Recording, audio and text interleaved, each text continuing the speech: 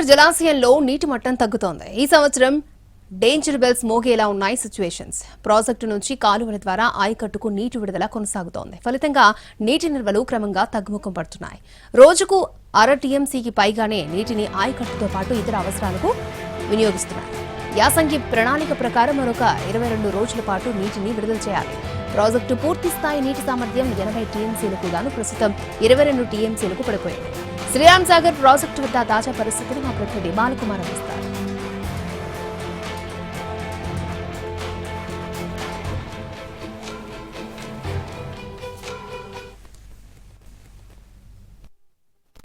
ఉత్తర తెలంగాణ వరప్రదాయిని శ్రీరామ్ సాగర్ ప్రాజెక్టులో dangers bell మోగుతున్నాయంటే అవుననే చెప్తున్నారు నిపుణులు. శ్రీరామ్ సాగర్ ప్రాజెక్టులో సాగునీటికి నీటి విడుదల కొనసాగుతుంది. శరవేగంగా నీటి నిల్వలు తగ్గిపోతున్నాయి. ఇక ప్రాజెక్టు పూర్తిస్థాయి నీటి మొత్తం 1091 అడుగుల కావును ప్రస్తుతం 1069 అడుగులకు చేరుకుంది. 80 టీఎంసీల నీటి సామర్థ్యం ఉన్న ఈ ప్రాజెక్టులో ప్రస్తుతానికి 22 టీఎంసీల నీటి నిల్వలు మాత్రమే ఉన్నట్లు అధికారులు చెప్తున్నారు. నీటిని పొదుపుగా వాడుకోవాలి అని కూడా రైతులకు సూచిస్తున్నారు. ప్రస్తుతం రోజుకు అర టీఎంసీకి పైగా నీటిని విడుదల చేస్తున్నారు అధికారులు.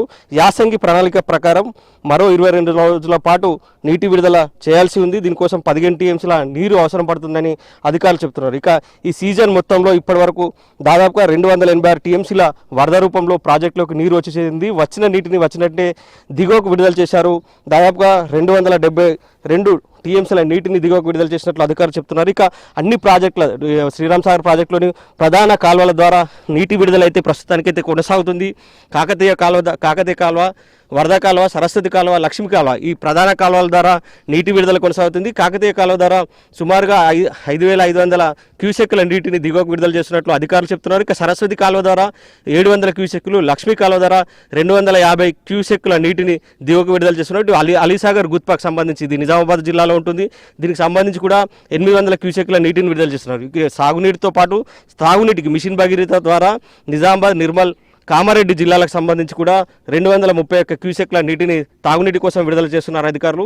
డెడ్ స్టోరేజ్కి 5 టీఎంసీల నీటికి చేరుకుంటే డెడ్ స్టోరేజ్గా పరిగణిస్తారు. ప్రస్తుతం యాసంగి సీజన్కి అయితే నీటి విడుదల కొనసాగుతుంది.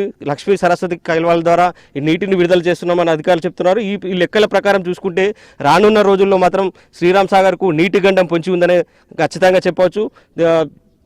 ఆయకట్టు ద్వారా నీటిని విడుదల చేయడంతో క్రమక్రమంగా నీటి నిల్వలు క్రమంగా తగ్గుముఖం పడుతున్నట్లు అధికారులు అయితే ఆందోళన వ్యక్తం చేస్తున్నారు. మొత్తం మీద ఈ సీజన్లో గతంతో పోలిస్తే ఆశించిన స్థాయిలో నీటి నిల్వలు ఉన్నప్పటికీ రానున్న రోజుల్లో పరిస్థితి మరింత గడ్డుగా తయారయ్యే అవకాశం ఉందని చెప్తున్నారు.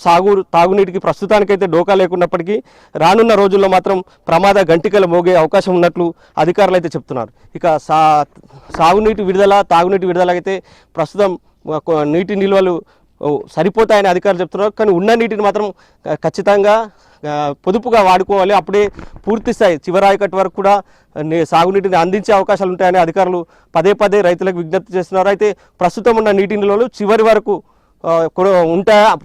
కూడా ఆయకట్టుకు నీటి అందుతుందా లేదా అన్నది మాత్రం ప్రశ్నార్థకంగా మారింది. అధికారులు అయితే ఖచ్చితంగా సీజన్ పూర్తయ్యే వరకు కూడా నీటి నిల్వలు అందుబాటులో ఉన్నాయని చెప్తున్నట్టు చివరి సమయంలో ఒక తడికి నీరు అందుతుందా లేదా అన్నది మాత్రం రైతుల్లో అనుమానాలు వ్యక్తమవుతున్నాయి.